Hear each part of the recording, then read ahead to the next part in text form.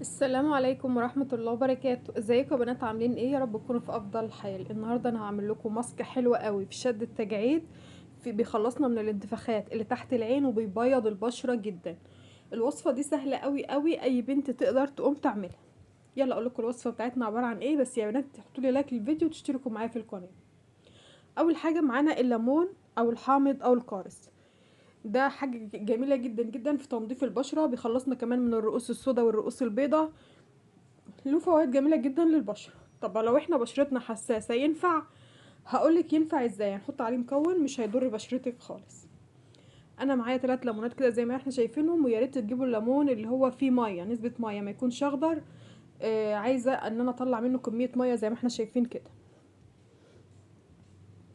عايزة اقول للبنات كمان اللي عندها اسمرار تحت الابط، الليمون ده السحر في تفتيح الاماكن دي يا بنات، وبيخلصنا كمان من رائحة العرق الشديدة.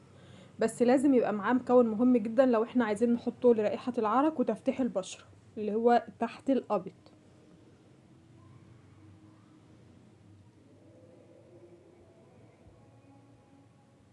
تمام كده زي ما احنا شايفين. هجيب بقى الكسرولة اللي انا هستخدم فيها الوصفة على البوتاجاز، وابدأ اصفيه كده علشان لو فيه بذور او شوائب او اي حاجة.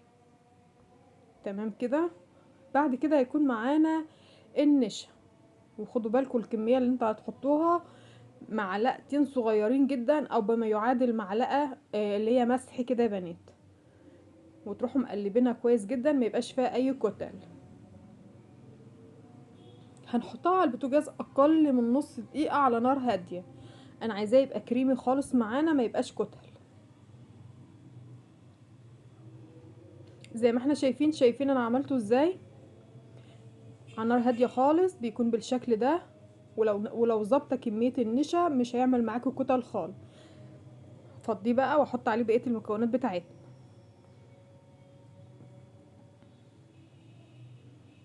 عارفين لو انتوا بس لحد كده وحطيتوا عليه الطمي الابيض لتفتيح الاماكن الحساسه وتنظيفها، سحر بقى ما اقولكوش على الجمال ده. وصفه مجربه سحر يا بنات للاماكن الحساسه.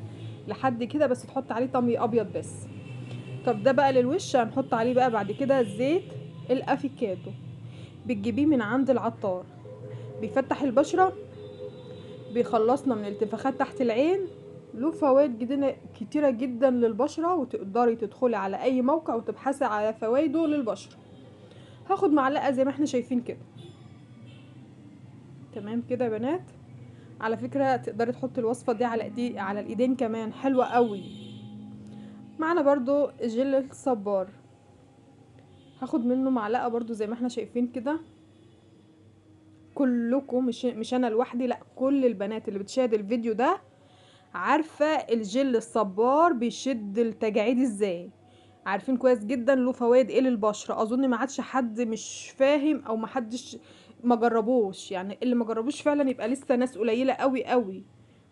يعني في ناس حتى لما بتعمل ازالة لشعر الوجه كده، بعد ما بتعمل الازالة دي بتروح حاطة جل الصبار للبشرة، بيطري الجلد وبينضفه وبيعمل له فوائد جميلة جدا جدا للبشرة.